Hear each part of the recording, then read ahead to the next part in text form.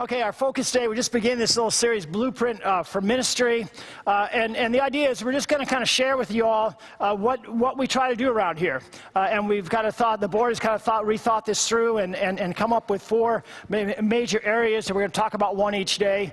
But this idea of blueprint, I had a rough week last week. I flew out on Tuesday and saw my son Jeff in San Diego. It was really tough while you guys were here with 106, 107 degrees. I was in San Diego and I came back Friday. But he lives in this house. It's like a $1.5 million house, right? And it has this $1 million view of the water in San Diego. And the reason he gets to live there, he and two other guys each pay $1,000 a month to live there, right? So it's pretty cool stuff. And the reason that he's able to do that is because whoever designed the house made it really, really funky. I mean, so much so that when this woman died and her daughter inherited it, she couldn't sell the house for anything close to what it's supposed to be worth. And she couldn't rent to anybody any more than $3,000 a month. So they get to stay there in this $1 million view, all because the blueprints aren't so good, right? And so it was really is a funky house, but they love it because you get this great view. Blueprint matters. It matters. The map you have to go about ministry matters, right? So that's what we focused on with the board, and that's what we want to share with you. We've got these four major areas of ministry. We say invite, connect, apprentice, and send. And we're going to look at one of these every week. We're going to look at invite today. But what you have to know more than anything else is that when we talk about ministry, we're talking about all of us together. All right, there was, in the Old Testament, the Spirit of God would come on a prophet, or he would come on a priest, or he would come on a king, right? And they would do the ministry, and everybody would kind of follow him. But that's changed in the time in which we live. We live in this time of Pentecost. And remember what was fulfilled at the time of Pentecost, the prophecy of Joel, where the Spirit would be poured out on all of God's people? Men and women, young and old, right? And so we live in this time when the Spirit of God is poured out on each of us. And you say, well, when did that happen? Well, with respect to baptism, it says this promise of the Holy Spirit that's coming upon you is for you and your children and for all who the Lord our God will call. If you've been called to faith in the Lord Jesus Christ and been baptized, the Spirit of God has been poured out on you to empower you to be part of God's work in this world, the continuing mission of Jesus Christ. And even in the book of Peter, it calls us Christians. Remember, in the Old Testament, you had a prophet, you had a priest, you had a king. One by one, the Spirit came on them. But it calls us a nation. That means all of us, right? A nation of priests and kings. So every single one of us is a priest and a king, and we're together on the mission of Christ in this place. In fact, there's a Bible verse that goes like this. It was he, Jesus, who gave some to be pastor teachers. That's me, right?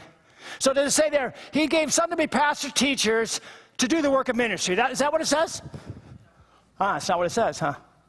It says he gave some to be pastor teachers to prepare God's people for works of ministry, so that the body of Christ, as all of us, may be built up, so that we can be what we were meant to be in this world as we join Jesus on his mission. This morning as you leave, you'll notice you'll have a packet of meditations in this coming week, right? And the last meditation there, the prayer, we wrote down there, please pray for Pastor, I asked you to pray for Pastor Brad, that he might understand his place. And that he might not grab and want to do ministry, but rather empower all of us to do ministry together. And the neat thing about this too is that we all get to be part of we all get to be in the game. Those of you who played athletics, the worst thing is to have to stand on the sideline, isn't it? Don't you hate that? I remember I got sick once, and in the week, and the coach made me sit on the sidelines for half before I got in. It was like hell. It was terrible to be on the sidelines, right? You hated it. None of us ever needs to be on the sideline when it comes to bringing the reality of Jesus Christ in this world. We're all called to be in the game. Isn't that cool stuff? And my job is to empower you to do that more and more and better, and to know the joy that brings into your life. The board, when they looked at these 4 areas, the first one, invite, they put this outcome statement together. And it says, invite people into a relationship with Jesus Christ and invite people to St. Matthew where they can hear the good news about Jesus. So there's 2 things here, and my job is to continue to empower you and to equip you to be able to share Jesus, to bring the kingdom of God into our world by sharing Jesus, but also to just invite people to worship, because we think that they'll meet Jesus here. They'll meet Jesus through this thing, through this preaching, but more than that, they'll meet Jesus because of you guys, because of the great love that you know in Jesus and that you share with everybody. See, so we think good things happen here. And so we want to invite people to be a part of this place too, together as his people. When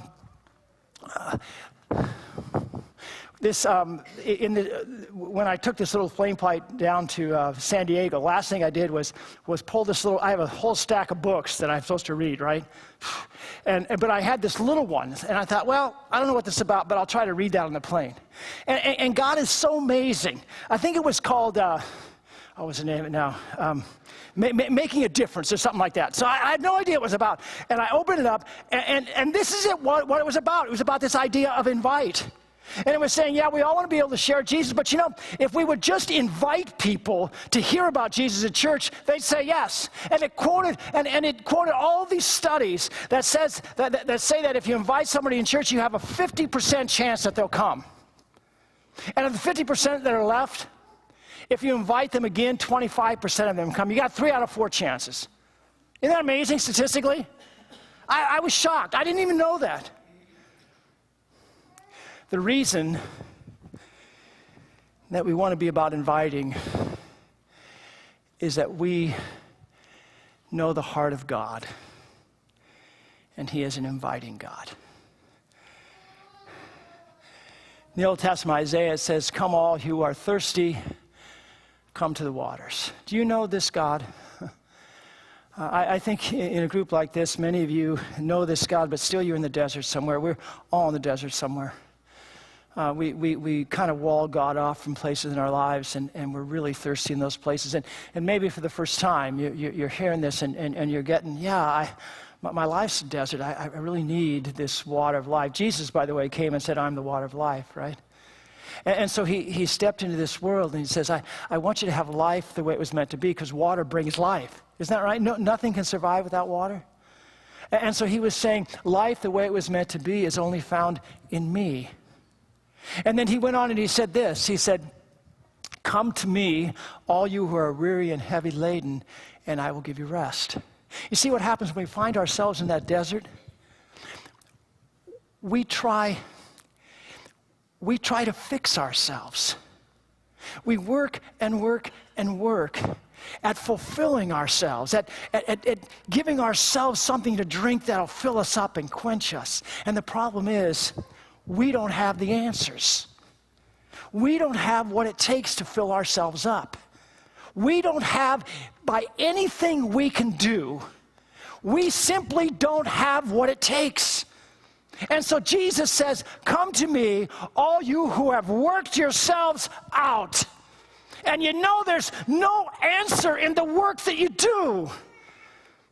That you're still empty. And you're still in the desert, and you're still parched. Come to me, because I did it in your place. Throughout the Old Testament, the people of God could not work on Saturday. It was called the Sabbath. You know what that pointed to? It pointed all the way to the cross when Jesus said, it is finished. It's done. That's what grace, undeserved love is all about. Do you know this inviting God in your life? This one who invites you to have life the way it was meant to be. See, we were created to do life with God in relationship. Apart from that, we just will never be complete. We'll always be looking and never finding. We'll always be wandering. We'll always be working hard to try to fix it and fill ourselves up, but we'll never get there. And so what God does in Jesus is he puts that back together. He connects us to him again. And there's nothing we have to do. He offers it to us as a free gift, this thing called forgiveness and grace and mercy. and relationship with God. Do you know this inviting God? We almost have to sit here like a storm sitting in a place and having the refreshing water of Jesus just pour over us for a second. Because we can't go any farther as far as us inviting anyone until we get this invitation and bask in its wonder for ourselves personally. Come all you who are thirsty.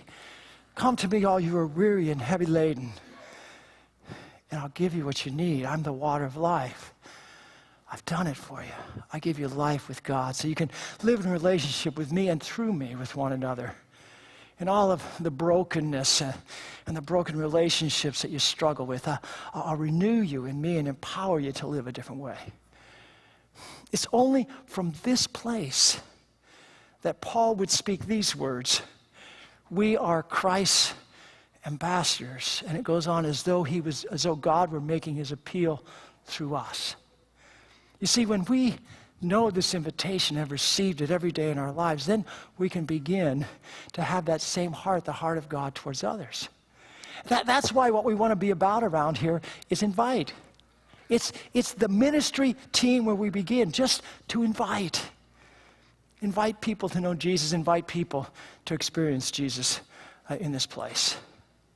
This little book I was reading, it was pretty good. In the first 20 pages, it was amazing. I think God sometimes has this great sense of humor, right? I mean, he knew I was going to be talking about this today, so he had me just pick up a book that he's going to talk to me about, right? And the author gave 4 foundational statements for us who would invite. He says this.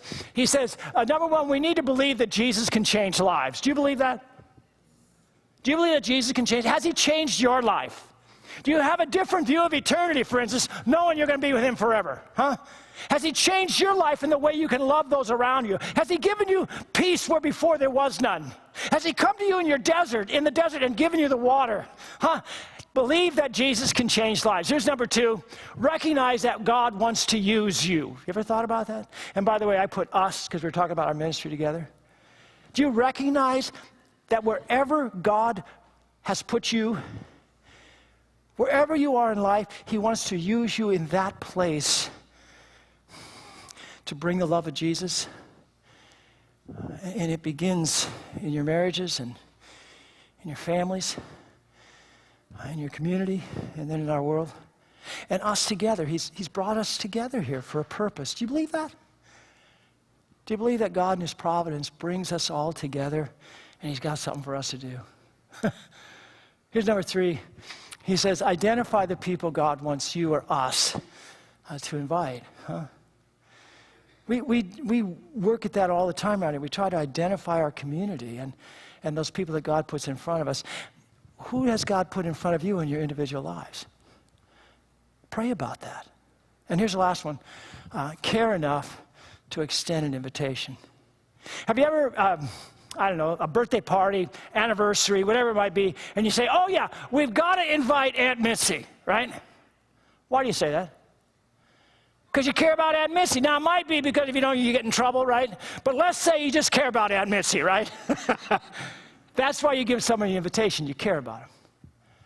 Care enough to extend an invitation to Jesus. Now, we've taken this invite and we've kind of broken down into 4 sub-missional teams, and this is the first one here. Networking. You know what I mean by that. Have you seen the commercials for the telephone? Of course you have, right? The one says, we've got the network. It shows you those pictures, right, with all of the lines going through the telephone commercial. Says, we connect you with more people in a quicker amount of time than anybody else, right? So you can have a stronger network. Does that make sense? And then you go to the next commercial and it says, no. We connect you with more people, faster and better than anybody else, so you can touch more people, right? Isn't that what it's saying? You can get a hold, you can touch more people in a shorter amount of time. That's what networking is all about. And it's pretty important. I read a while ago that, and I don't know how this is true, but I read it a couple times, that every single person in this world, there's only 6 relationships that connect us with anyone in the world. Have you read that? So this thing called networking is very powerful. Anybody who's searched for a job knows that. It's extremely powerful, right? Networking. We want to network. In fact, it's how God works. I mean, he created everything. It makes sense he worked through it, right? Just watch this. Here, in the gospel we read, Andrew, he finds his who? He finds his brother. You think our family's a network?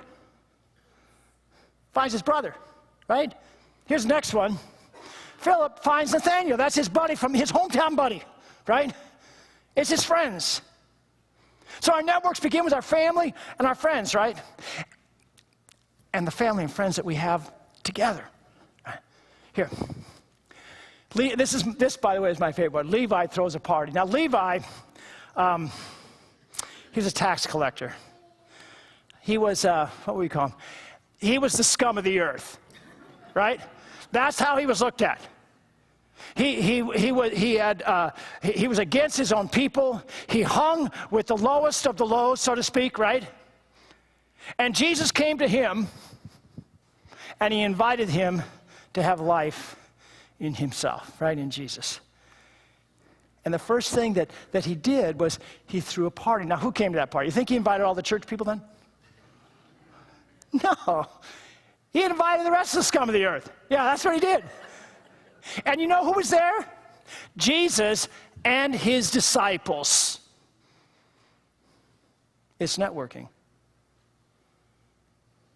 You see that? It's how God works.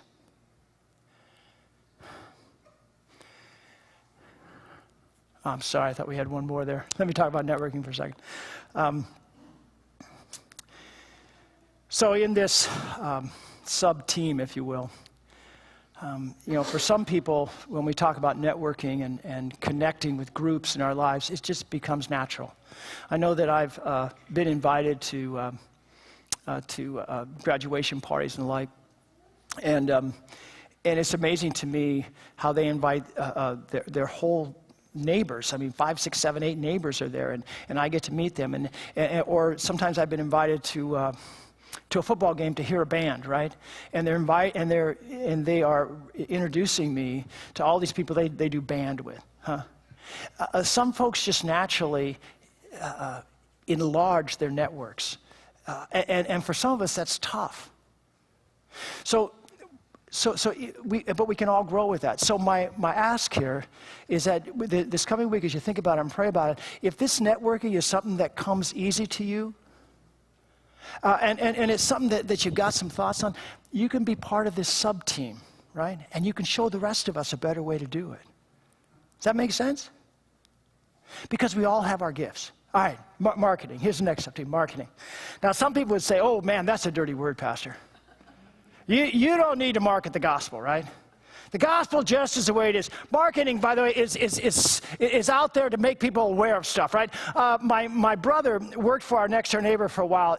Our next door neighbor, his name was Hal, and he bought this slump block company in Urbandale, California, from Southern California. Hot place to work. And my brother, in the summers, he was in high school, would stack this block, right?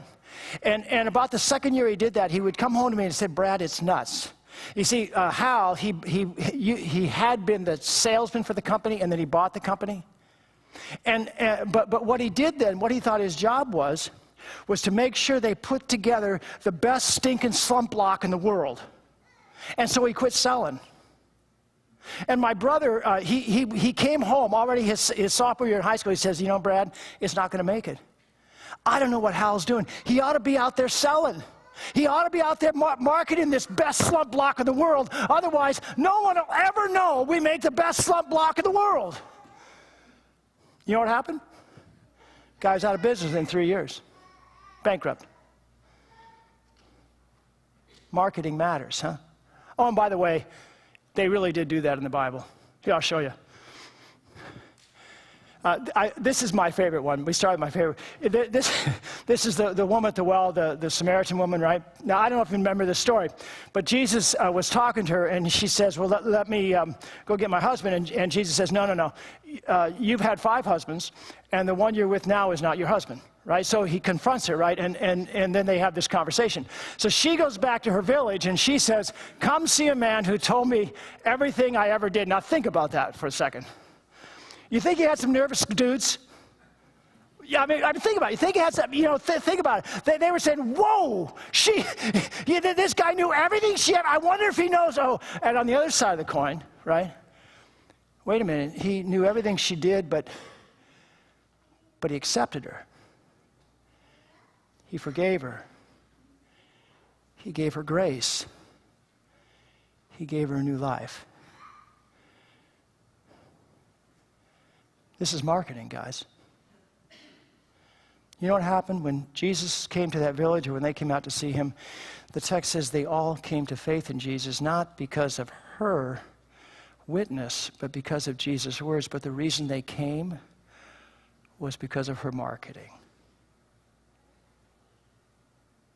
Here's another one. I was blind, but now I see. Yeah, this is, Jesus heals this blind guy, blind since birth, right? And he gets all these questions. How can you see? He says, I don't know. What do you know about this? And finally, he says, I don't know anything. All I know is I was blind, but now I see. Can you say that? Is there some way in which Jesus Christ has made you see things that you never saw before? You see reality different. Like, I was blind, but now I see. That's marketing. Here's another one. I did this for the kids. Then he went in the temple courts, walking and jumping and praising God. You think people noticed him? Right? Woohoo! Woohoo! Woohoo! Of course they noticed him. And look where he went. Did he go to his bedroom, into his closet, and go, woohoo, woohoo, woohoo? Is that what he did? Oh, sorry about that. Yeah. No, he went out in the temple courts. He went to where the people were to share what Jesus had done for him. That's marketing. And throughout the Gospels, go ahead, Kevin, this says, the word about him spread. How did that happen? Word of mouth. It's marketing. And so throughout the Gospels, we have these great crowds gathering to hear Jesus, because people are telling each other, and they're saying the difference he's made in their lives, and they're getting the word out. That's marketing. We do marketing around here. This is what we do. Go ahead, Kevin. We have our website, and we have signs and banners and mailings and social media and graphics. We just got a few people to do these things. Now, you may be glossing over on this. Oh, man, I don't know where to start with that. Man, that's just blah, blah, blah. But some of you are saying, wow, I can help with that. And I got new ideas. We don't do nearly as much as we should on social media. Probably because the pastor is kind of challenged there, you know. Yeah, I'm serious. But somebody's got gifts so we can do better. Somebody does, right? Marketing. This is a sub-team of the Invite Ministry team. And we've got one more here. We got two more. I'm sorry. Church outreach events. What is that a picture of? You guys know? Yeah, that's VBS from last year, I think.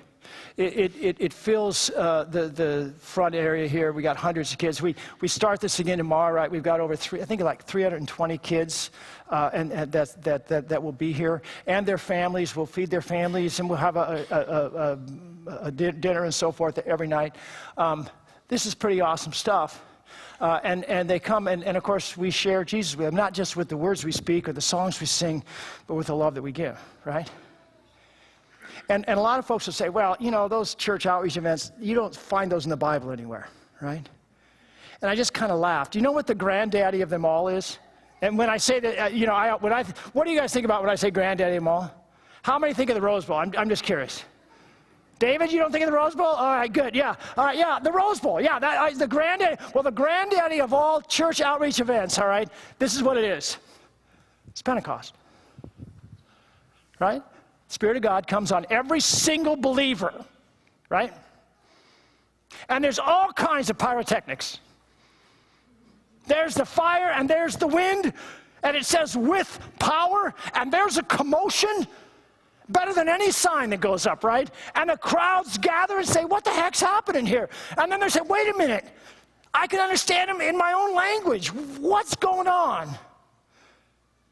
This is a church outreach event, the granddaddy of them all. And Peter stands up, and 3,000 people come to know Jesus.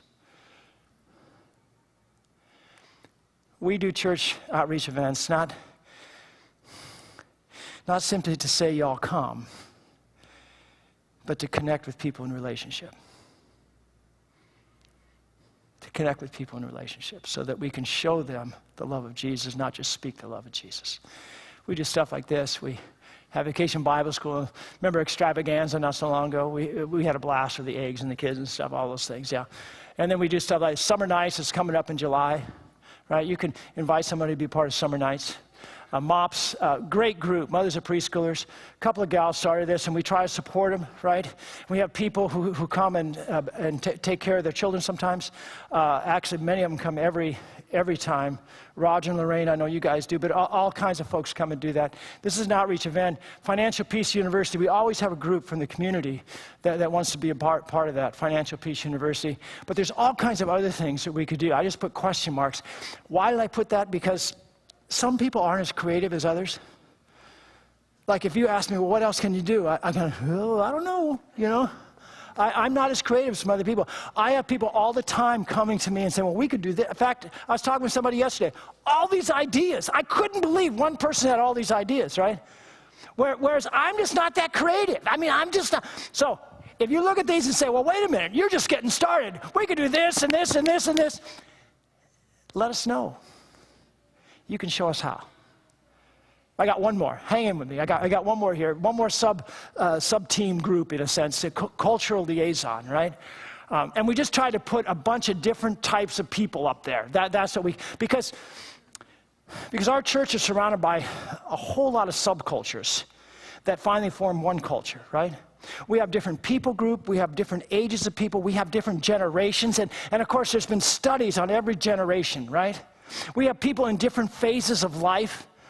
There's all kinds of cultural groups, and yet they all form one group as well, this culture in which we do ministry, right? And so it's so important to be aware of that and to constantly be looking at ourselves and looking at our community. My mom, she visited once here when she was 83, right? And you would think, you would think this wouldn't be important to her, right? And I happen to have on my desk here, she came when Jane brought it one day, and we talked for a few minutes, and she was going to go back. I was going to see him later, but she saw a book. I think it was the same group that put out The Frog in the Kettle. It's just a book about generations, right, and about culture and so forth. And she picked it up and she said, "Oh, this is interesting, Brad. Oh, this is really interesting, Brad." And she said, "You ought to really study this." I said, "I know, Mom." That's why I got there, right? And she said, "You ought to read it." I know, Mom, I know. She says, "Oh, this is good." I said, "Mom, you want to take it home and read it? We can talk." "Yes, I do." 83 years old, but this was her deal, right?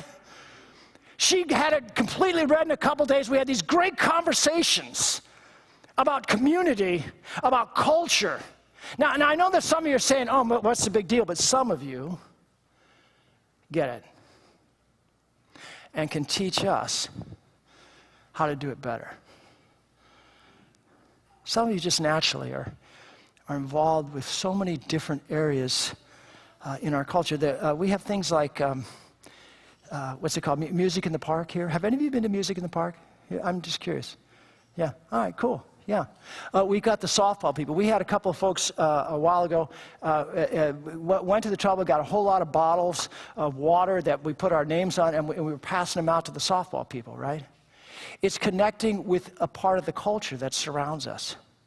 It's everywhere we look, but so many of us are so busy and have these kind of eyes. But if you're one of those that have these kind of eyes, and that is interested about these types of things that can show us better how to connect, let us know. To be on this little sub-team, huh? Because it's what we want to do. It's what God has always done, is connect to people in their culture. Look at this. Paul in the Areopagus, right? Do you remember that? I just read it a little while ago, but it's he's in Athens, right? Now, he's not in Jerusalem. He's a Jew, but he's not amongst Jews. He's in Athens. And he's educated himself enough so he can talk with the philosophers, the Stoics, right? And what are the Epicureans? Yeah, the Stoics and the Epicurean philosophers. He can talk with them on that. He's educated himself into their culture, and he's walking around this Areopagus, and he's talking about this, and he's debating with them, and they're really liking him because they say, "Come back, we'll talk some more." Why are they liking him? Because he's making the effort to connect with them and their culture.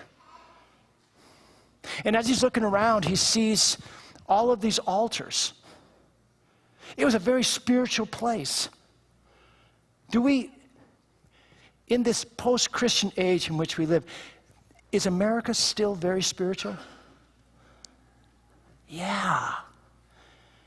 We live in this time when everyone knows there's something beyond what we can see and taste and feel. There's no debate.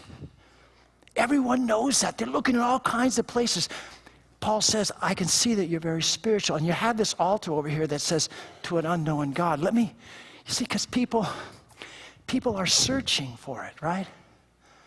And so they knew that they hadn't found the answer yet, so they put to an unknown God, let's cover that base too, because something's missing here. And Paul says, you know what you're searching for?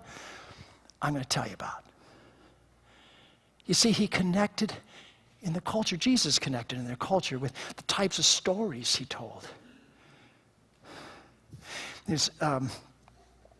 I'm in the habit now when I begin to talk with somebody that if they have a tattoo or 2 or 3 or 4 or 10, I ask them about the tattoos. Why do I do that? Because I connect in their culture, in their life. I don't have a tattoo on me, right? But I ask them about their tats, and it's like, wow, they want to tell me about their life, right? Because they have so much meaning to them.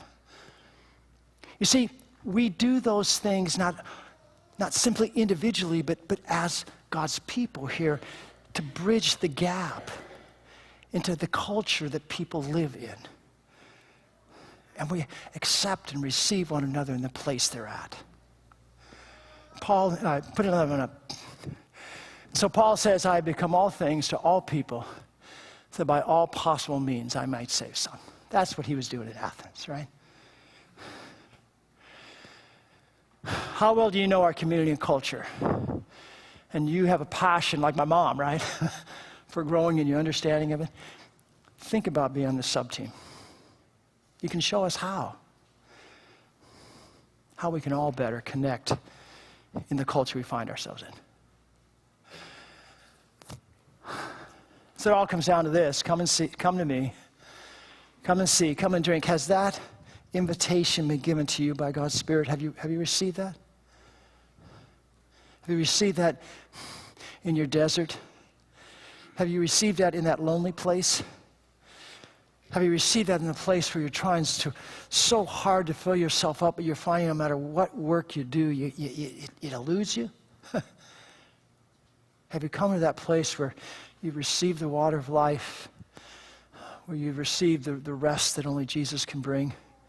We receive by faith this life, this new life the way it was meant to be with God. Are you there? Do you know that invitation of God in your life every day? Because only from that place can we begin to join Jesus as he continues to invite those who are thirsty, invite those who need his rest to the life that only he can give. So, this week, where do you need to remember anew the gracious invitation of Jesus in your life? Come and see, come to me, come and drink. By grace through faith, do it. It's a free gift. And where in your life and in our lives together on mission, as those whose hearts have now been changed to reflect the heart of Jesus, as those who are part of the team and can know the gift of being in the game, do we need to live or be renewed or grow in living as those who invite others to Jesus by grace through faith? Let's do it.